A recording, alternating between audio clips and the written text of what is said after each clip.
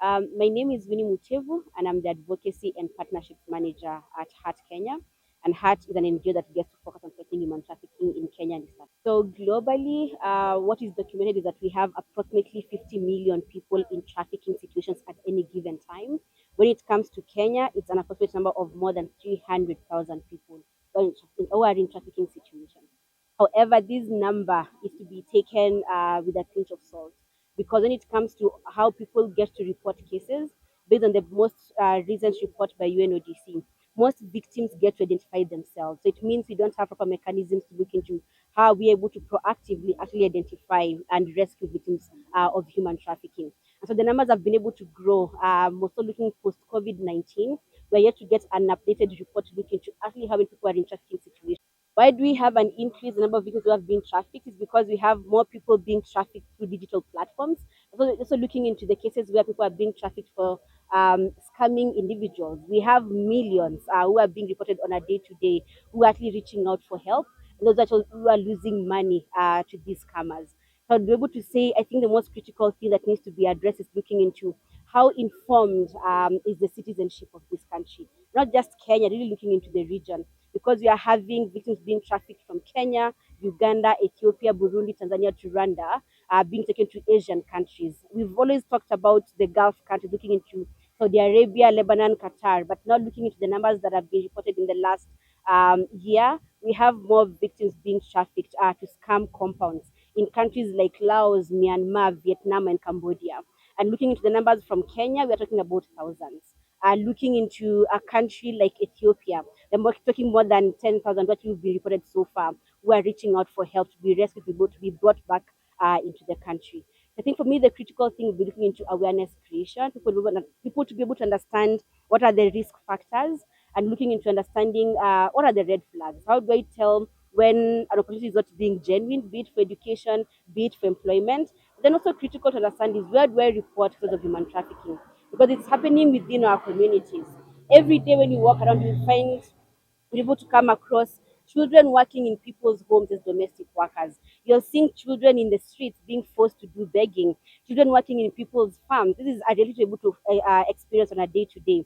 It doesn't have to go beyond the borders. Actually, it happens within the country. It's a question of how do we identify the cases and how are we reporting to the authorities for them to be able to take the right action. I would say in between February and April this year, Kenya was able to support the repatriation of 153 Kenyans who had been trafficked, specifically to Myanmar. However, this is only to Myanmar. We have more who've been able to come back home from countries like Saudi Arabia, Lebanon, Somalia, neighboring countries as well. So the numbers really get into thousands. Looking at an institution as Heart Kenya, between 2022 up until now, been able to support more than 500 victims of human trafficking. So this is another way able to look at approximately 120 victims per year being able to be rescued or being supported by only one organization. We have more than 50 organizations within the country who are offering the same services, including the government. The numbers are really high. And when I'm talking about the Myanmar cases, the ones who are released from those compounds between February and April, we have approximately 30,000. Not just Kenyans, we had people from more than 46 countries who had been trafficked to these compounds. And so many more are still stuck in these compounds. And unfortunately, the compounds are still growing. We have even some of them who've been reported actually to be established within Africa. We had Nigerians being rescued from a scam compounds in a country like Ghana. And we also already know that we have intelligence that they are focusing on being able to actually get into more African countries. The numbers are worrying because also looking into the numbers that are being generated, we have more than 150 million USD dollars being lost to these scam operations that are being run by these traffickers. So maybe a question to look into the numbers that I've been able to highlight when it comes to the 50 million figure is what we are still referencing up until now. This was documented back in 2021, looking into the number of people who are in trafficking situations.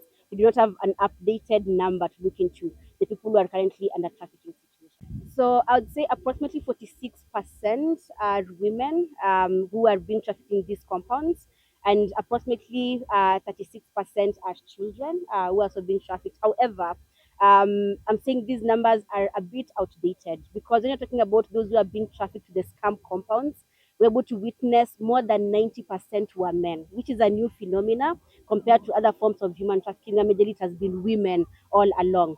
This number is still being tabulated. So we don't have really the final figure to be able to share to understand how broad the issue is, but then also being able to understand the fact that previously we always used to have victims of trafficking videos who are low skilled individuals. But right now, looking into the scam compounds, that's actually trafficking people who have degrees, engineers, people who be able to study computer science, people who actually were running their own businesses. So it's also a different target group altogether. And so that means it's going to actually change when it comes to talking about the affected populations by human trafficking. That is going to change, I would say, starting 2024. The numbers will be very different, looking into who is being targeted and being able to also understand who is also trafficking people. You're able to notice that people who are trafficking individuals to go to countries like Myanmar, Laos, are still similar ones who are doing the same to countries like India and Malaysia. So we're also having to witness really a lot of connectedness between the traffickers, no longer individual or just independent recruitment agencies, but really organized crime where we have very many individuals being involved in the whole cartel. And the more depressing thing is that when victims reach out for help back at home, then there's people who are able to take them to those opportunities, call the cartels, tell them that you're reaching out for help, then you're even punished more or being tortured even more. So it becomes a point where you're stuck in a space where it's very difficult for you to get out of. I would say in 2022, we lost only one individual who, at the time the organs were being harvested. We've lost five individuals in the last 3 years as an organization. Individuals were able to come back into the country, but then for one reason or the other, they succumbed to either diseases or different reasons that actually led to them being able to lose their lives. So we have some who are also coming home bedridden. They're actually not even able to walk or even communicate. So they're being moved on beds and being able to actually be taken back to their homes, not able to actually tell what happened for anyone to be held accountable. So the stories are varying. That those who are also coming home with physical injuries. A lot of them, also those who have been trafficked to Myanmar, came home with a lot of physical injuries, burn wounds from electrocution. Others had a lot of swelling in their legs and also challenges with their organs.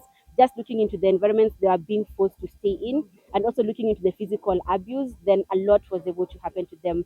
Some of them for 2 years, others for a few months in those compounds. When it comes to the highest percentage reported currently, people are mainly being trafficked for forced labor. So that is the highest percentage currently globally when it comes to why people are being trafficked.